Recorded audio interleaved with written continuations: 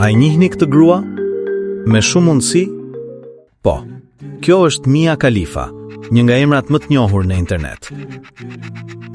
Por a e dinit që karriera e saj në industrinë e të rriturve zgjati vetëm 3 muaj? Por historia e saj nuk është një përrallë suksesi. Është një histori e errët për plasjesh familjare, kërcënimesh me jetë dhe shfrytëzimit ekstrem nga një industri miliarda dollarësh. Si i shkatroi jeta brenda natës? Le të kthehemi pas. E lindur në Liban në vitin 1993. Ajo u zhvendos në Amerikë si fëmijë. Në vitin 2014, kur ishte një studente 21 vjeçare në Miami, ajo firmos një kontratë standarde me një studio prodhimi. Plani ishte ta mbante sekret nga familja. Por në dhjetor 2014, ajo xhiron një skenë specifike ku mban veshur një hijab. Vetë ajo nuk ishte muslimane, por kjo video theu internetin dhe u bë virale në gjithë botën pothuajse menjëherë. Për familjen e saj të rrept katolike, ky ishte fundi.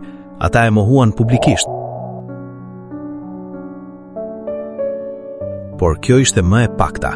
Ajo filloi të merrte valë masive urrëtieje kibernetike, pasi videoja u pasi një fyerje ekstreme fetare në lindjen e mesme. Situata doli jashtë kontrollit kur mori kërcënime me vdekje direkt nga grupi terrorist ISIS.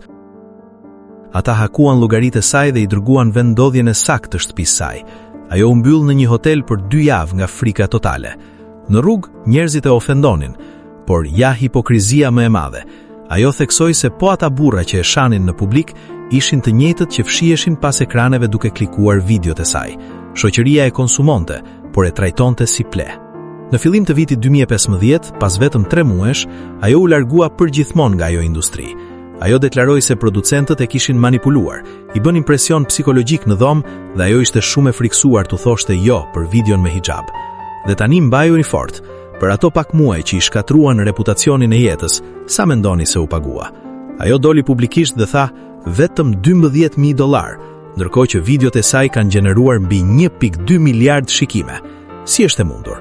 Sepse në këtë industri, kontratat janë shfrytëzuese, paguhesh vetëm një herë për xhirim dhe kompania mban miliona dollar nga klikimet për jetë. Ajo luftoi në gjykat për t'i fshirë, por ishte e pamundur.